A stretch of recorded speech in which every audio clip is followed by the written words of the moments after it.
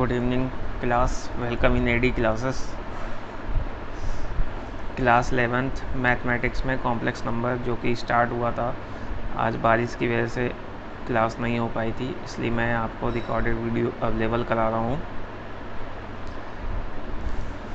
तो complex number में हम लोग क्या पढ़ चुके थे कि कॉम्प्लेक्स नंबर क्या होता है। तो आपको पता है कॉम्प्लेक्स नंबर रियल नंबर और इमेजिनरी नंबर को मिला के बनता है। कॉम्प्लेक्स नंबर अभी तक जितने नंबर पढ़े हैं सारे नंबर कॉम्प्लेक्स नंबर के अंदर आ जाएंगे। कॉम्प्लेक्स नंबर जेड से रिप्रेजेंट करते हैं और इसका जनरल फॉर्म लोगों ने पढ़ा था a प्लस आई बी, जहाँ पर a कौन सा होता है रियल नंबर, b कौन सा होता है इमेजिनरी नंबर और i क्या होता है आयोटा। i की वैल्यू इक्वलेट ने दी थी जिसका मीनिंग होता है √-1। ये इमेजिनरी नंबर है जिसको हम लोग i इक्वल टू √-1 होता है। ये इमेजिनरी नंबर है जिसको आयोटा से डिनोट करते हैं। इसके बाद हम लोगों ने कॉम्प्लेक्स नंबर जो a प्लस आई बी की फॉर्म में है, तो उसके बाद हम लोगों ने जो पढ़ा था वो ये पढ़ा था कि कॉम्प्लेक्स नंबर का एडिशन कैसे होता है, कॉम्प्लेक्स नंबर का सब्ट्रैक्शन कैसे होता है, फिर उनकी कुछ प्रॉपर्टीज़ पढ़ी थी। इसी के ऑर्डर पे हम लोग अब पढ़ने जा रहे हैं डिवीजन इन कॉम्प्लेक्स नंबर, यानी कॉम्प्लेक्स नंबर डिवीजन कैसे करेंगे। सपोज़ दो कॉम्प्लेक्स नंबर हैं हमारे पास Z1 और Z2। अगर मुझे Z1/Z2 करना है तो हम लोग कैसे करेंगे। तो Z1/Z2 मैंने लिखा। अगर Z1/Z2 करना है तो इट मीन्स कि Z2 को अगर मैं ऊपर ले जाऊं तो Z2 की पावर -1 हो जाएगा। इसका मतलब ये हो गया कि आप Z1 और Z2 का इन्वर्स का अगर मल्टीप्लाई कर दें तो वो ऑलरेडी Z1/Z2 हो गया। तो Z1/Z2 को इनडायरेक्टली मल्टीप्लाई करके ही सॉल्व किया जाता है। कैसे? Z1 इंटू Z2 का इन्वर्स। Z2 का जो इन्वर्स होता है उसका निकालने का तरीका हम लोगों ने पढ़ा है मल्टीप्लिकेटिव इन्वर्स के तरीके से। तो Z1 और Z2 इन्वर्स को 1/Z2 करेंगे। तो Z1 कितना है, सपोज एक एग्जांपल लेते हैं, Z1 2 + 3i है, Z2 1 + 2i है। तो अगर Z1/Z2 फाइंड आउट करना है तो वो मल्टीप्लाई हो जाएगा Z1 इंटू Z2 इन्वर्स। और Z2 इन्वर्स निकालने का मल्टीप्लिकेटिव इन्वर्स का ये फॉर्मूला हम लोगों ने पिछले टर्न पे पढ़ा था। क्या आता है मल्टीप्लिकेटिव इन्वर्स जिसका निकालना होता है, उसका फॉर्मूला आता है a/a² + b² + i (b + b²। अब यहाँ पे इन्वर्स किसका फाइंड आउट करना है, तो आपको पता है इन्वर्स फाइंड आउट करना है Z2 का। 1 + 2i है। a क्या हो गया 1, b क्या हो गया 2। क्यों? क्योंकि z = a + ib होता है। तो यहाँ पर a की वैल्यू हो गई 1, a² + b² करेंगे तो 2 का स्क्वायर 4 और 1 का स्क्वायर 1, 4 + 1 5। तो ये देखिए इसकी वैल्यू, इस टर्म की वैल्यू आ गई 1/5 और इस टर्म की वैल्यू हो जाएगी -2 क्योंकि b की वैल्यू यहाँ 2 है। तो -2/5 क्योंकि a² + b² 5 है। तो ये जो आ रहा है Z2 इन्वर्स उसकी ये वैल्यू आ गई। और Z1 कितना है 2 + 3i। इनका आपस में मल्टीप्लाई कर देते हैं। 2 का मल्टीप्लाई 1/5 में 2/5। इसके बाद 2 का मल्टीप्लाई 2/5 में तो -4/5i ये इधर लिखा हुआ है। 3i का मल्टीप्लाई 5 के साथ होगा तो 3/5i कॉमन हो जाएगा। 3i का मल्टीप्लाई 2i/5 के साथ होगा तो 3 × 2 6i²/5 और i² की वैल्यू -1 होती है और बाहर भी माइनस, इसलिए प्लस का 2/5। तो ये कैसे किया गया फिर से मैं आपको बता दे रहा हूँ। एक स्टेप मैंने डायरेक्ट लिख दिया था। 2 का मल्टीप्लाई 1/5 में कितना आ जाएगा 2/5। 2 का मल्टीप्लाई इसमें करेंगे तो बताइए कितना आ जाएगा -4i/5। इसके बाद 3 का मल्टीप्लाई करेंगे 1/5 में तो कितना आ जाएगा +3i/5। फिर 3i का मल्टीप्लाई 2i/5 में करेंगे तो कितना हो जाएगा पर -6/5i²। और आपको पता है i² की वैल्यू -1 होती तो ये प्लस का हो जाएगा 6/5। तो यहाँ देखिए ये दोनों रियल वैल्यू बन जाए क्योंकि i² -1 होता है। 2/5 + 6/5, इन दोनों से i कॉमन ले लेंगे तो -4/5 प्लस का 3/5। इसको सॉल्व किया, सॉल्व करने के बाद वैल्यू कितनी आ गई 8/5 -1/5i। तो ये देखिए Z1/Z2 जो सॉल्व किया वो ये आ गया। इसका एक अल्टरनेटिव मेथड क्या है कि Z1/Z2 को सॉल्व करना है, तो आप Z1 की वैल्यू रख दो, Z2 की वैल्यू लिख दो, इसके बाद इसके कॉन्जुगेट से ऊपर नीचे मल्टीप्लाई कर दो। जैसे रैशनलाइजेशन में हम लोग करते थे 1 + 2y का कॉन्जुगेट क्या होगा 1 - 2y। जैसे Z = a + ib है तो इसका कॉन्जुगेट क्या होगा, तो इसका कॉन्जुगेट होता है Z बार से डिनोट करते हैं, अभी आगे हम लोग पढ़ेंगे a - ib, बस साइन चेंज हो जाता है बीच का।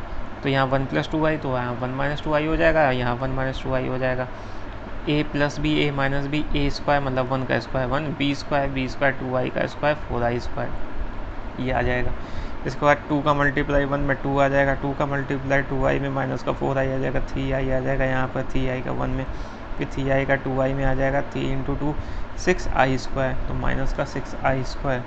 इसके बाद आगे देखिए i² वैल्यू -1 होती है, माइनस प्लस हो गया, 6 और 2 8, यहाँ पे 4i, 3i - 4i + 3i minus का i/, यहाँ देखिए 1 - 4i², i² की वैल्यू -1 होती है, तो -1 यानी कि प्लस का 4 और 1 5, तो ये देखिए वही आंसर आ रहा है 8/5 माइनस का i/5 जो इससे सॉल्व करने में आ रहा है। तो चाहे आप मल्टीप्लिकेटिव इन्वर्स की हेल्प से फाइंड आउट करो और चाहे कॉन्जुगेट्स की हेल्प से फाइंड आउट करो, आंसर सेम आता है।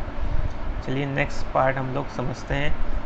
अब क्या समझने जा रहे हैं, conjugate of a complex number. Suppose Z = a + ib, तो उसका कॉन्जुगेट को Z बार से रिप्रेजेंट करते हैं, तो कॉन्जुगेट क्या हो जाएगा a - ib। एग्जाम्पल तौर पर 3 + 4i है तो उसका कॉन्जुगेट हो जाएगा 3 - 4i।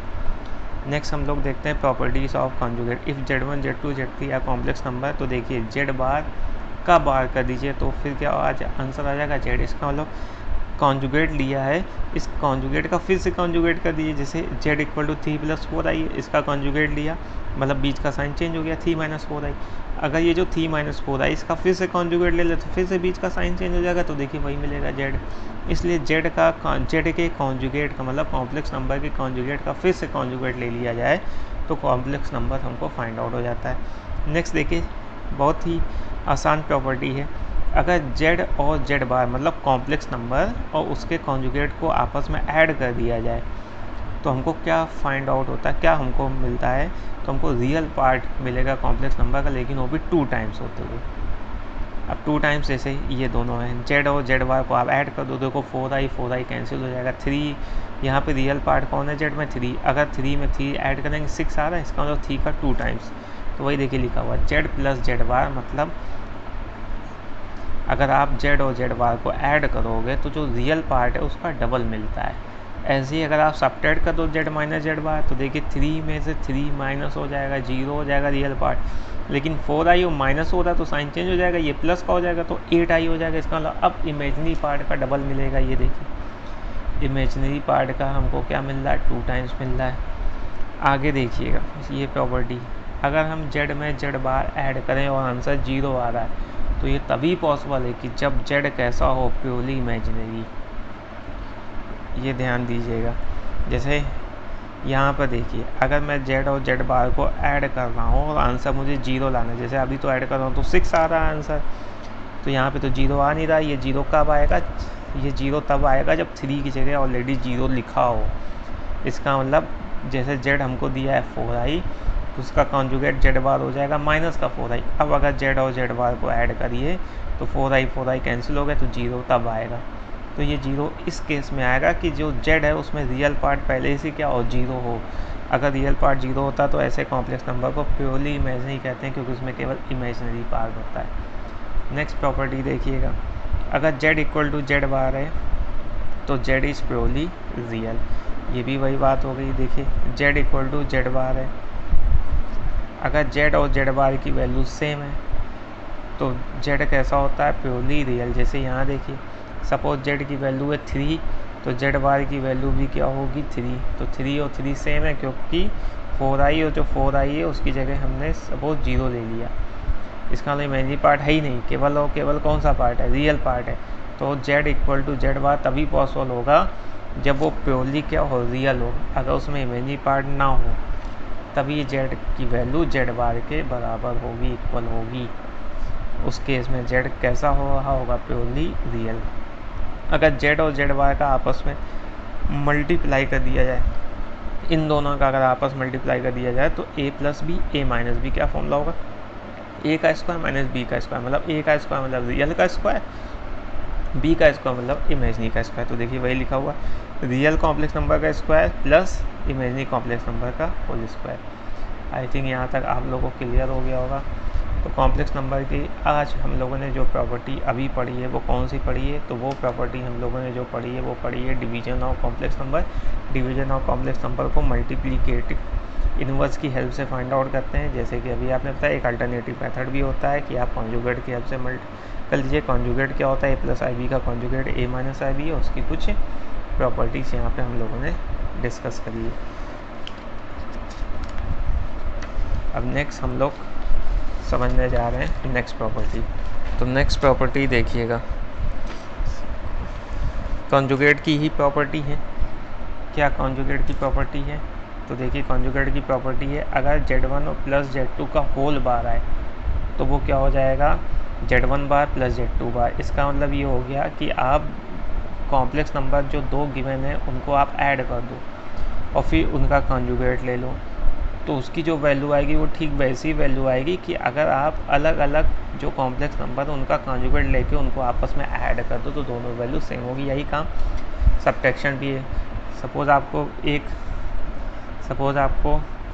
एक Z1 गिवन है, ये Z1 है और ये Z2 है।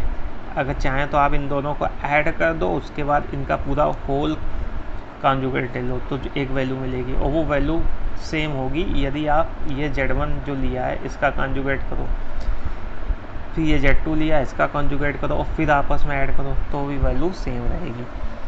तो ये प्रॉपर्टी आपको ये ध्यान रखनी है। इसके बाद है modulus of complex number. Modulus कैसे फाइंड आउट किया जाता है, suppose Z equal to a plus i b आपको गिवन है, तो मॉडुलस ऑफ Z का मतलब है आपको मॉड के अंदर Z को लिखना है।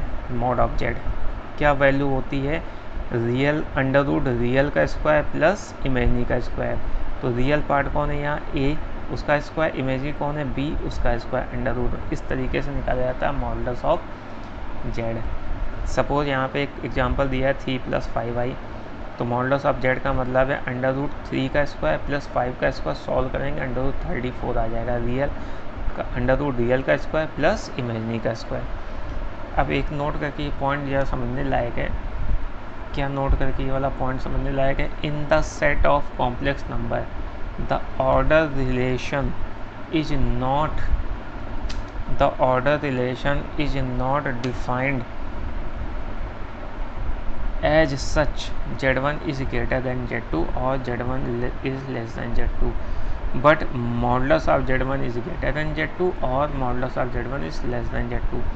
सपोज ये क्या कह रहा है, अब क्या कहना चाहता है इसको ज़रा ध्यान से समझिएगा। Note in the set of complex number, अगर आपको कॉम्प्लेक्स नंबर का एक सेट दिया है a प्लस आई बी, दूसरा सेट दिया है c प्लस आई डी, तो इन दोनों में कौन बड़ा है, Z1 बड़ा है Z2 से कि Z2 बड़ा है Z1 से, ये हम नहीं डिसाइड कर सकते। लेकिन ये देखिए लिखा हुआ है order relation is not defined as such Z1 is greater than Z2 और Z2 is greater then Z1, ये नहीं डिफाइन कर सकते। लेकिन फिर डिफाइन क्या कर सकते हैं, but modulus of Z1 is greater than Z2 और modulus of Z1 is less than Z2। लेकिन हम ये ज़रूर कह सकते हैं कि इसका जो मॉडुलस होगा मतलब under root a square plus b square, और इसका जो मॉडुलस होगा मतलब under root c square plus d square, इससे एक वैल्यू आएगी, उससे हम बता कर सकते हैं कि मॉडुलस ऑफ Z1 Z2 से बड़ा है कि मॉडुलस ऑफ Z2 Z1 से बड़ा है। तो ये इम्पॉर्टेंट पॉइंट है, इसको आपको ध्यान रखना है। अब हम कुछ प्रॉपर्टीज़ समझने जा रहे हैं मॉडुलस की। उसमें से फर्स्ट प्रॉपर्टी, अगर मॉडुलस ऑफ Z की वैल्यू 0 है तो इट मीन Z भी क्या होगा, 0 रहा होगा। भाई मॉडुलस का क्या formula, under root a square plus b square. ये 0 तब होगा जब या तो a भी 0 और b भी 0, तो रियल भी 0 है इमेजनरी भी 0 है, तो Z क्या हो गया, 0। आप समझ सकते हैं। अगर हम Z का मल्टीप्लाई उसके कॉन्जुगेट से कराएं तो वही वैल्यू देगा जो मॉड ऑफ Z का स्क्वायर की वैल्यू आएगी। अब आप देखिए a प्लस आई बी है, या ध्यान समझिएगा, अगर इसका मैं कॉन्जुगेट ले लूँ तो इसका कॉन्जुगेट क्या होगा, अब देखिए ए प्लस आई बी है तो इसका कॉन्जुगेट हो जाएगा ए माइनस आई बी। अब इन दोनों मल्टीप्लाई कराइए, ए plus b a minus B, A square plus B square आ जाएगा। और मॉड ऑफ जेड अगर मैं निकालूँ यहाँ से तो भी वो क्या आएगा, अंडर रूट ए स्क्वायर प्लस बी स्क्वायर। लेकिन अगर उसका मैं स्क्वायर कर दूँ तो वो भी देखो ए स्क्वायर प्लस बी स्क्वायर आ रहा है। इसका मतलब कॉम्प्लेक्स नंबर उसके कॉन्जुगेट का मल्टीप्लाई करने पर वही आंसर आता है जो मॉडुलस ऑफ जेड का आता है उसके स्क्वायर का। नेक्स्ट देखिए, अगर मॉडुलस ऑफ Z1 Z2 लिखा हुआ है तो mod of Z1 into mod of Z2 लिख सकते हैं। इसका मतलब ये हो गया, जैसे आपको एक कॉम्प्लेक्स नंबर दिया है Z1 equal to a plus i b, ये दिया है। दूसरा दिया है Z2 equal to c plus i d. अब क्या करो, इनका आपस में मल्टीप्लाई करो। जब मल्टीप्लाई करेंगे यानी कि Z1 Z2 मल्टीप्लाई करेंगे, Z1 Z2 मल्टीप्लाई करने पे एक नया कॉम्प्लेक्स नंबर आएगा, फिर उसका मॉड ले लो।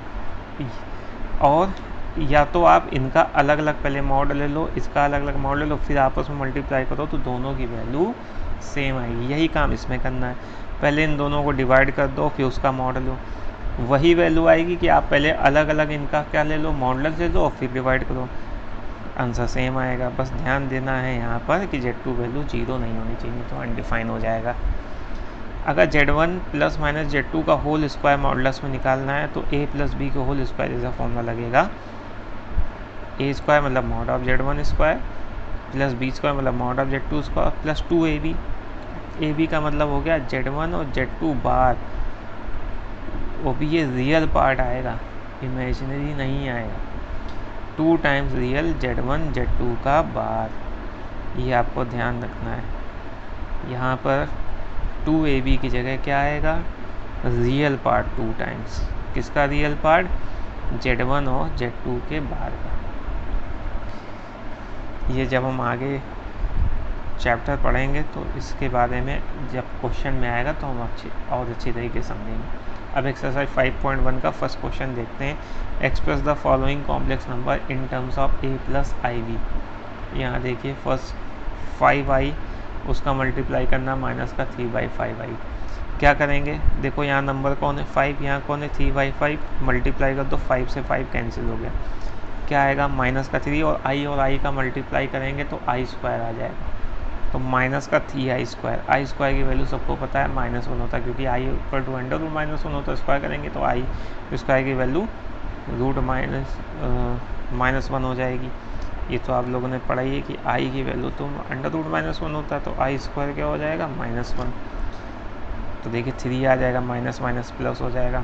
और 3 को a प्लस आई बी के फॉर्म में लिखना है, तो a प्लस आई बी के फॉर्म में क्या लिखेंगे, तो रियल पार्ट आ रहा है तो इमेजिनरी है नहीं तो 0 कर देंगे, 3 प्लस आई इंटू 0 करके लिखेंगे। इसका सेकंड क्वेश्चन है i की पावर 9 प्लस i की पावर 19। मैं समझा चुका था पिछली ऑफलाइन क्लास में। 9 और 19 को कैसे सॉल्व करेंगे आपको पता है, आई स्क्वायर की वैल्यू -1 होती है, तो आपको ये पहले मैं बता चुका हूँ कि आई स्क्वायर इंटू आई स्क्वायर कर दो तो आई की पावर 4 और इसकी वैल्यू 1 हो जाएगी। क्यों, क्योंकि आई स्क्वायर की वैल्यू -1 और इसकी भी वैल्यू -1 इंटू -1, तो कितना आंसर है +1। इसका मतलब 4 और 4 के जितने मल्टीपल हैं, आई की पावर 8 हो गया, 4 का मल्टीपल है 8, आई की पावर 12, आई की पावर 16, सबकी वैल्यू 1 आएगी। तो आप क्या करो, जब भी पावर में आई की पावर में कोई बड़ा नंबर आए तो आप उसको 4 के मल्टीपल लिखो। तो 9 को 4 से डिवाइड करेंगे तो 4 इंटू 2 8 प्लस का 1, यानी कि आई की पावर 4 इंटू 2 प्लस 1 लिख सकते हैं। और 19 को क्या लिख सकते हैं, 4 इंटू 4 प्लस 3, इस तरीके लिख सकते हैं। अब इसको ये देखिए, इसको हम ऐसे नीचे लिख सकते हैं, आई इक्वल की पावर 4 इंटू 2 इंटू आई, क्योंकि 1 है, आई की पावर 1 हो जाएगा। अब आप देखो मल्टीप्लाई ये बेस सेम है तो पावर ऐड हो जाती है, तभी देखिए 4 इंटू 2 8 प्लस का 1 यहाँ पर, ऐसे ही यहाँ पर similar i equal to 4 into 4 plus का 3 है, तो प्लस तब होता है जब बेस सेम हो तो पावर ऐड हो जाती है, तो आई की पावर यहाँ पे क्या हो जाएगा 4 इंटू 4 इंटू आई की पावर 3। अब 4 के मल्टीपल जितने हैं इनकी वैल्यू 1 हो गई, यहाँ 4 का मल्टीपल है इसकी वैल्यू ये 1 हो जाएगी। अब बचा यहाँ आई और यहाँ आई क्यूब को मैंने पैक कर लिया, आई स्क्वायर इंटू आई स्क्वायर की वैल्यू आप लोग पढ़ें -1 होती है, तो देखिए 1 का मल्टीप्लाई आई में करेंगे तो आई हो जाएगा और आई स्क्वायर की वैल्यू -1 होती, -1 का मल्टीप्लाई आई में करेंगे तो माइनस आई हो जाएगा, प्लस आई माइनस आई 0 और 0 a प्लस आई बी की फॉर्म में देखिए यहाँ पे लिखना था, तो क्या आ गया 0 प्लस आई इंटू 0। तो अभी जो मैंने समझा, आपने जो पढ़ा उसको आप देख लीजिए, कोई ऐसा पॉइंट नहीं होगा जो आपको समझ में नहीं आया हो। नेक्स्ट या थर्ड क्वेश्चन देखते हैं। इन सबको a प्लस आई बी की फॉर्म में ही हम लोग को ब्रेक करना है। तो नेक्स्ट थर्ड क्वेश्चन है i की पावर माइनस का 39। देखिए पावर -1, इसको 1/i की पावर 39 लिख सकते हैं। अगर 1/i की पावर 39 लिखेंगे तो उसको 4 के मल्टीपल में ब्रेक करें, तो 1/i 4 इंटू 9 प्लस का 3 हो जाएगा 36, प्लस का 3 मतलब 39। अब प्लस है तो मल्टीप्लाई में i की पावर 3 और i की पावर 4 इंटू 9 लिख सकते हैं। अब आप समझ सकते हैं कि देखो बेस सेम है, पावर ऐड हो जाती वही आ जाएगा। ये 4 का मल्टीपल देखिए बन गया, तो इसकी वैल्यू तो 1 हो गई। अब यहाँ पे क्या बचा 1/i³। अब 1/i³ हम लोग जानते हैं i की पावर 4 की वैल्यू 1 होती, क्यों ना i का ऊपर नीचे मल्टीप्लाई कर देंगे तो नीचे i की पावर 4 बन जाएगी, इसकी वैल्यू 1 होती है, यहाँ पे i हो गया। अब इसको a प्लस बी की फॉर्म में, i प्लस आई बी की फॉर्म में लिखना है, तो i को क्या लिख सकते हैं 0 प्लस आई इंटू 1, हो गया सिंपल। ये फोर्थ क्वेश्चन, इसको भी a प्लस आई बी की फॉर्म में लिखना है, तो 3 7 प्लस आई 7 प्लस का i 7 प्लस आई 7, सिंपल है। आप पहले मल्टीप्लाई करो, 3 का 7 में 21, फिर 3 का i 7 में 21 आई, फिर यहाँ पे मल्टीप्लाई i का 7 में 7 आई, फिर i का i 7 में i स्क्वायर 7, आई स्क्वायर की वैल्यू -1 होती तो ये -7 हो जाएगा, 21i और 7i मिलके 28i हो जाएगा, और ये 21 रियल पार्ट ऐड होके 21 -7 होके 14 हो जाएगा, और प्लस का 28i, ये देखिए a प्लस आई बी के फॉर्म में आ गया। नेक्स्ट क्वेश्चन है क्वेश्चन नंबर 5, 1 माइनस आई माइनस का -1 प्लस i6, इसको सॉल्व करना है। तो ब्रैकेट हटा दीजिए क्योंकि बीच में माइनस लगा हुआ है, तो 1 माइनस आई माइनस माइनस प्लस 1 और माइनस का 6i, तो 1 और 1 2 हो जाएगा, -i माइनस 6i मिलके माइनस का 7i हो जाएगा। क्वेश्चन नंबर 6, 1/5 प्लस का i 2/5 माइनस का 4 प्लस i 5/2। अब आप देखिए यहाँ पे बीच में माइनस लगा तो 1/5 माइनस का i 2/5 माइनस का 4 हो जाएगा, ये माइनस का i 5/2 हो जाएगा। अब यहाँ पे क्या करना है, रियल पार्ट को रियल पार्ट के साथ ऐड करो, तो 1/5 माइनस 4 को ऐड किया, यहाँ i इन दोनों से कॉमन हो गया, तो 2/5 माइनस का 5/2। अब क्या करें, यहाँ से 5 कॉमन एलसीएम हो गया, जब 5 एलसीएम लेंगे तो यहाँ 1 आ जाएगा, और नीचे 1 लिखा है, 1 से 5 को डिवाइड किया तो 5 टाइम्स गया, उसका मल्टीपल 4 में 20 आ गया। यहाँ पे एलसीएम हो जाएगा 10, यहाँ पे 5 से 10 में डिवाइड करें 2 टाइम्स, 2 इंटू 2 4 हो जाएगा, 2 से 10 में डिवाइड किया 5 इंटू 5 25 हो जाएगा। अब आप देखिए 1 माइनस 20/5 कितना आ जाएगा, माइनस का 19/5, 4 माइनस 25/10 कितना हो जाएगा, माइनस का 21/10। ये देखिए a प्लस आई बी की फॉर्म में बन गया। 7th क्वेश्चन देखिए, 1/3 प्लस का i 7/3 प्लस का 4 प्लस का i 7/3 माइनस माइनस का 4/3 प्लस का i, तो 1/3 प्लस का i 7/3 प्लस का 4 प्लस का i/3, ये माइनस माइनस प्लस हो जाएगा 4/3, और ये माइनस का i हो जाएगा। अब क्या करो, रियल पार्ट यहाँ 1/3 यहाँ 4 है, और यहाँ पे 4/3, इनको एक साथ लिख लो, i कॉमन ले लो तो 7/3 प्लस 1/3 और माइनस का 1 हो जाएगा।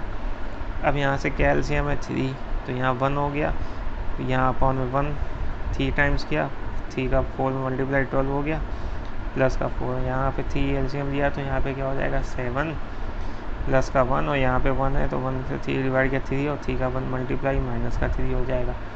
अब देखिए 12 1 13 और 4 17/3, 7 प्लस 1 8 माइनस 3 5/3, ये देखिए कंप्लीट हो गया। नेक्स्ट देखिएगा क्वेश्चन नंबर 8, 1 माइनस आई की पावर 4, इसको क्या ले सकते हैं 1 माइनस आई का स्क्वायर का होल स्क्वायर। तो पहले क्या करो, अंदर वाला पार्ट सॉल्व करेंगे, a माइनस बी का होल स्क्वायर, a का स्क्वायर मतलब 1 का स्क्वायर 1 हो जाएगा, प्लस b का स्क्वायर तो प्लस का i का स्क्वायर, और माइनस का 2ab, तो माइनस का 2 इंटू 1 इंटू आई, तो माइनस का 2i का होल स्क्वायर हो जाएगा। अब हम देख रहे हैं आई स्क्वायर वैल्यू -1 होती है, 1 माइनस 1 तो कैंसिल हो 0 हो गया, माइनस का 2i हुआ उसका होल स्क्वायर, तो -2 का स्क्वायर 4i स्क्वायर, आई स्क्वायर वैल्यू -1 होती है, -4 को a प्लस आई बी की फॉर्म में लिखना है तो -4 + i × 0 लिख सकते हैं। इसके बाद नेक्स्ट 1/3 प्लस का 3i का होल क्यूब, ये सॉल्व करना है। तो a क्यूब 1/3 का whole cube plus b cube 3i का होल क्यूब, ये फॉर्मूला लगा देंगे, प्लस का 3ab a प्लस b, तो 3ab a की जगह 1/3 और b की जगह 3i, और a प्लस b 1/3 प्लस का 3i, ये 3 से 3 कैंसिल हो गया। 1/3 का होल क्यूब 1/27 हो जाएगा, 3i का होल क्यूब 27i क्यूब हो जाएगा। यहाँ पे 3i से का मल्टीप्लाई करेंगे, 3 से 3 कैंसिल हो गया, i बचा, फिर 3 का 3 में 9i² हो जाएगा। अब 9i² तो -9 हो गया क्योंकि i² की वैल्यू -1 होती, तो रियल पार्ट यहाँ 1/27 हो गया और यहाँ -9 हो गया क्योंकि i² वैल्यू -1 होती, i हट गया, तो ये हो गया। अब यहाँ पे 27i³ प्लस i क्यूब की वैल्यू क्या होती है, i क्यूब को ले सकते हैं i² × i, और i² की वैल्यू -1 होती, तो देखिए माइनस का 27i और प्लस का i, तो माइनस का 26i बचेगा। नहीं समझ पाए तो फिर से देख लीजिए, 27i³ था, तो क्या करेंगे 27i² × i, इसकी वैल्यू -1 होती, तो देखिए माइनस का 27i हो जाएगा, समझ रहे होंगे, और ये प्लस का i है तो माइनस का 26i। अब इसमें एलसीएम ले लो 27 एलसीएम लेके सॉल्व करेंगे तो 1 - 243/27 माइनस का 26i, इसको सॉल्व करेंगे कितना आ जाएगा, माइनस का 242/20 माइनस का 26i, तो देखिए a प्लस ib की फॉर्म बन गया। तो आप ये जो क्वेश्चंस देख रहे हैं ये कंप्लीट हो गए क्वेश्चंस। मैंने कहाँ तक कर दिया है, क्वेश्चन नंबर 9 तक मैंने कंप्लीट कर दिया एक्सरसाइज, जो फर्स्ट एक्सरसाइज है कॉम्प्लेक्स नंबर की। तो अब आप देख सकते हैं इसके बाद की जो एक्सरसाइज है वो आपके लिए होमवर्क में रहेगी। आप इसके आगे के क्वेश्चन सॉल्व करिएगा एक्सरसाइज 5.1 के। एक्सरसाइज 5.1 कंप्लीट हो गई है। अब एक्सरसाइज 5.2 के क्वेश्चंस भी मैं आपको प्रोवाइड करा दूंगा नेक्स्ट वीडियो में, और ऑफलाइन क्लास जब आपकी लगेगी कल से, तो कॉम्प्लेक्स नंबर के जो आगे की थ्योरी है जिसमें हम लोग पोलर फॉर्म पढ़ना है, आर्गूमेंट पढ़ना है, और भी कई जानकारी आपको क्लास में दी जाएगी। तो आप लोग इसको पढ़िएगा, और कहीं पे कोई डाउट हो तो उसको हम लोग डिस्कस कर लेंगे ऑफलाइन क्लास में। तो थैंक यू वेरी मच।